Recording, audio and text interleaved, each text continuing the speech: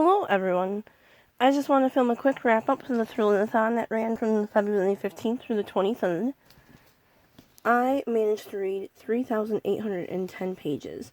Yes, this was a 9-day readathon, and one of the books I overlapped with the Contemporary-athon, so that won't be talked about too much in this one. And that was the only book I read for those 2 days that overlapped. So one of the first challenges was the oldest thriller on your TBR. So I read Emma in the Night by Wendy Walker. I gave this one 4 stars. I really liked it. And in this one, Emma and her sister disappeared the same night. And then 3 years later, Emma comes back without her sister. And they have to discover what happened in that timeline and what's happening now. I really liked it. It was a really quick read. I had started out this whole Thrillerathon with trying to read 1 thriller a day, and despite being sick off and on throughout the readathon, I still managed to do that for the most part. So I was really happy, and this one pulled me in nicely. So like I said, 4 stars. One of the next challenges was to read a thriller with the creepiest cover. So I chose 10 by Gretchen McNeil, and I gave this one 4 stars as well. And this one I gave 4 stars because of the enjoyment factor. I mean, it could have been developed a little bit more, but it still was a nice, quick read, which I like. And I still thought it was creepy and fun for the thriller. And in this one, 10 teens are out for this party, and there's a killer, and they have to discover who it is. And I kind of called a few things out of it too, but like I said, still enjoyable, 4 stars.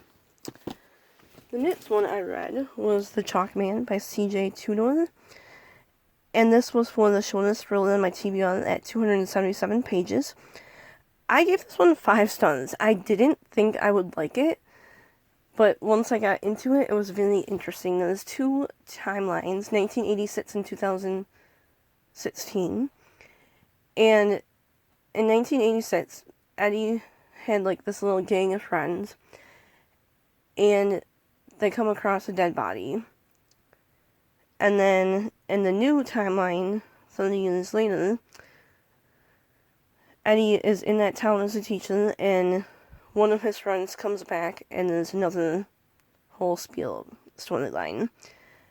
I really liked it. It was creepy. It was interesting. It was fun. It was well written, so that's why I gave it 5 stars.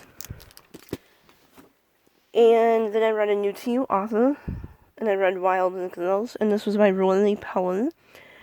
And in this one, it's kind of given, pitched as a female Lord of the Flies, and I get that. I can see where they're coming from. In this one, a group of girls live on this island, and they have a headmistress and another teacher.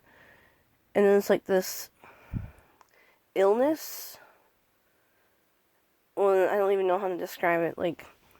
Basically they're quarantined to that island, and they have to survive. And there's different elements, and it was really interesting. It didn't blow me away, but I wanted to keep reading to find out exactly what happened at the end. So I gave that one 3 stars. And then that one challenge that I don't have the book to show for right now is a recommended thriller, and that was Lock Every Door by Riley Sagan. And you can watch the other readathon wrap up to find out what I thought about that one. And then the newest thriller on my TBR was Someone We Know by Shirley LaPena. And this one I gave 4 stars. I listened to it in audiobook. And in this one, Olivia is kind of one of the main characters. It does switch different perspectives. And there is a murder. Well, a neighborhood woman is murdered, and they're trying to find out who did it. And this one, Shirley LaPena, I think, is now going to be an autobi author for me. She's really interesting. I always like to know, I enjoy her thrillers. I can definitely say that. And I think this one was really interesting, and it made me keep wanting to read, or listen, for my case. And then A Trope You Love, I read Bring Me Back by B.A. Paris. In this one, Finn and Layla are in love, and the trope that I love is that they stop at a wayside and all of a sudden Layla disappears. So how did that happen? And it's kind of a dual timeline in a way. Years later, 12 years later, Finn is actually engaged to Layla's sister Ellen. And basically it's another, two-time storyline of who did it. And unfortunately, I do like B.A. Pinnis's writing, but this one just didn't hit it for me. I gave it 2 stars. I expected a little bit more out of it. And an author I read before, I read 2 Shirley Lapina books, and this was an Unwanted Guest. And this one is another trope I love, where they are kind of stranded in a snowstorm at a resort, and there's a murder, and they have to find out who did it. I really enjoyed this one as well, so I gave it 4 stars. And the last challenge was to read the group book Doesn't Matter, and I tried to read that before and I DNF'd it, and I just didn't want to pick it up again. So I thought I would rise to the challenge and read one more thriller, so I read I See You by Cleland McIntosh, and this one I gave 3 stars.